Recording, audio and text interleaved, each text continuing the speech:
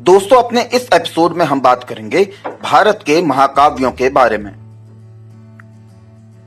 रामायण और महाभारत भारत के दो सर्वाधिक प्राचीन महाकाव्य हैं। हालांकि दोनों महाकाव्यों के रचनाकाल के विषय में काफी विवाद है, लेकिन फिर भी उपलब्ध साक्ष्यों के आधार पर यह कहा जा सकता है कि इन दोनों महाकाव्यों की रचना 4वीं शती ईस्वी पूर्व से 4वीं शती ईस्वी के मध्य तक हुई थी। रामायण की रचना वाल्मीकि द्वारा पहली और दूसरी शताब्दी के दौरान संस्कृत भाषा में की गई। महर्षि वाल्मीकि कृत रामायण में मूलतः 6000 श्लोक थे, जो कालांतर में 12000 हुए और फिर 24000 हो गए। इसे चतुर्विशति सहस्त्री संहिता भी कहा जाता है। वाल्मीकि द्वारा रचित रामायण 7 खंडों में बटा हुआ है। रामायण से उस समय की राजनीतिक, सामाजिक और धार्मिक स्थिति के बारे में ज्ञान प्राप्त होता है। रामकथा पर आधारित ग्रंथों का अनुवाद सबसे पहले भारत से बाहर चीन में किया गया। भुशुंडी रामायण को आदि रामायण भी कहा जाता है। महर्षि व्यास द्वारा रचित महाभारत महाकाव्य रामायण से बड़ा है। महाभारत में मूलतः 8800 श्लोक थे और इसका नाम जय संहिता यानी कि विजय संबंधी ग्रंथ था।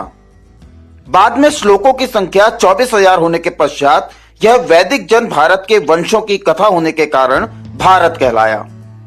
कालांतर में श्लोकों की संख्या बढ़कर 1 लाख होने से यह सहस्त्राब्दी संहिता या महाभारत कहलाया। महाभारत का प्रारंभिक उल्लेख आश्वालायन गृहसूत्र में मिलता है। वर्तमान में इस महाकाव्य में लगभग 1 लाख श्लोकों का संकलन है। महाभारत महाकाव्य 18 पर्वों में विभाजित है। इस महाकाव्य से तत्कालीन समाज के धार्मिक, राजनैतिक और सामाजिक स्थिति का ज्ञान प्राप्त होता है। प्राचीन आख्यानों से युक्त ग्रंथ को पुराण कहते हैं।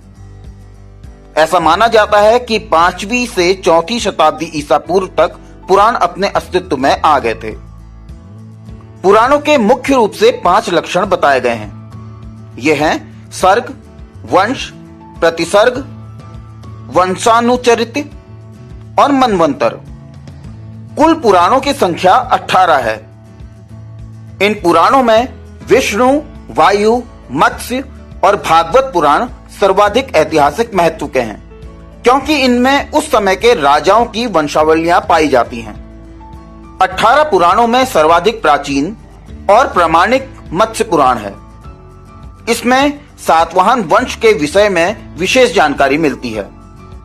इसके अतिरिक्त विष्णु पुराण से मौर्य वंश और गुप्त वंश और वायु पुराण से शुंग और गुप्त वंश के बारे में जानकारी मिलती है।